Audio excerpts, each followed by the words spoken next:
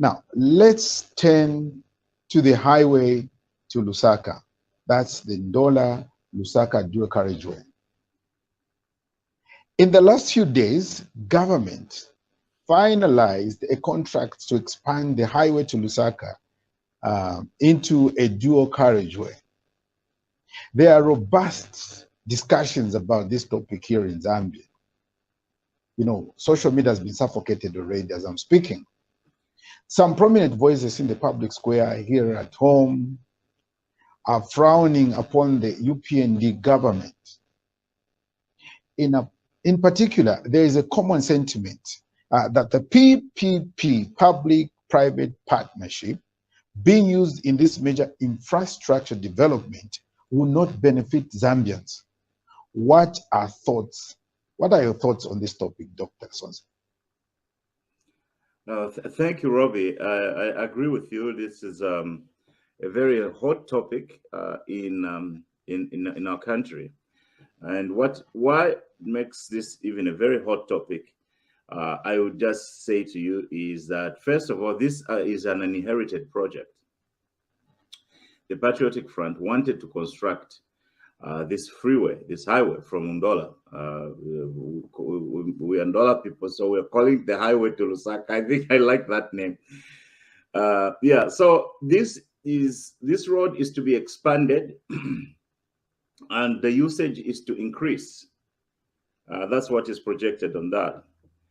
Yeah, so now the New Dawn government, first of all, it was, we have to look at it in terms of price tag. The original price tag was 1.3 billion. And they had a slate of things that they wanted to put around that road under the Patriotic Front. And now, because of the cost, the project stalled, and for many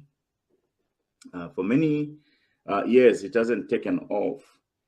The New Dawn government comes in with an initiative to construct that road at a price of $577 million, which is less than half of the money of the original price tag.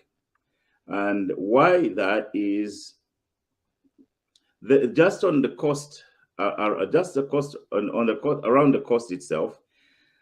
I think it is beneficial to build less expensively.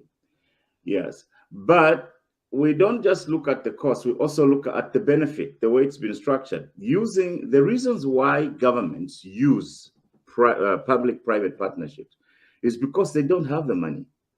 So they are trying to go and get some money out of the economy, from the economy or outside of the economy, that is going to fund those projects, the construction projects. And most of these PPPs around roads in most developing countries. This is a method and a model that has been highly recommended and highly researched, and it has very positive results from around the world. If you look at the studies of the World Bank. Yeah, but the concerns that I've heard around this topic in Zambia are just not very constructive. For example, what is the gist of the private enterprises getting involved in a project? It is for them to get a return from that project. So this construction is designed to generate commerce that will pay back the investors. Now the investors are the government and other private partners, the companies that are going to work on this. So that is how the public-private partnership works. The state invests some money, the private owners also invest some money, and then it is a commercially viable project. They can be able to generate returns. And the other aspect of the PPPs is that that asset now is going to be in the management of the private sector. So if it's in the management of the private sector, then it is their responsibility to maintain the road, and it's their responsibility to create extra commerce around the road that will make them generate the remainder of the money. So when we are complaining that it will not benefit the people of Zambia, it's just a lack of understanding of the flow of the numbers into the project. One of the financials to this project is the pension fund. And if you create a commercially viable highway across major cities, it means that the pension fund will never be broke. It will always get a return for its investment in that project. Yeah, so people, when they want the pensions, they will always, the pension funds will always be there.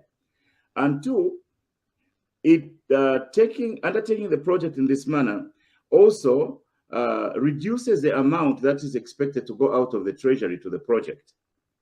You know that we are heavily a heavily indebted country. This government inherited a giant debt stock. So they cannot increase the debt stock and survive the country. But at the same time, certain debts that they can accumulate that will be some form of capital to generate other funds can be useful. So the minimalist view requires that this government actually reduces the amount of debt is contracting.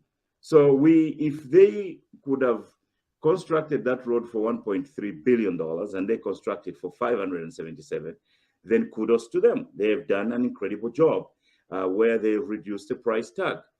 Now, the concerns to say this company will be managing this road for 25 years. Yes, that's what it does. It's a highly commercialized vehicle or highly commercialized instrument or project undertaking. Therefore, both parties are going to have to benefit from that. If you expand that road, it means that even the usage of that road will increase. The usage of that road will increase. And it's from the usage, the user fees, the usage, that the investors in this project will be able to recoup some money. So there is nothing that is astronomically wrong that is going on here. It's just proper business sense being applied to a giant project to save the government money that they can put in the that they're required to put in the project, because they don't have the $1.3 billion to put in that road. So they have used an incredible initiative, and let's watch what happens, and let's give them support to undertake this giant project that we will see manifest in our country before our eyes, and then we'll see the returns that will come from there.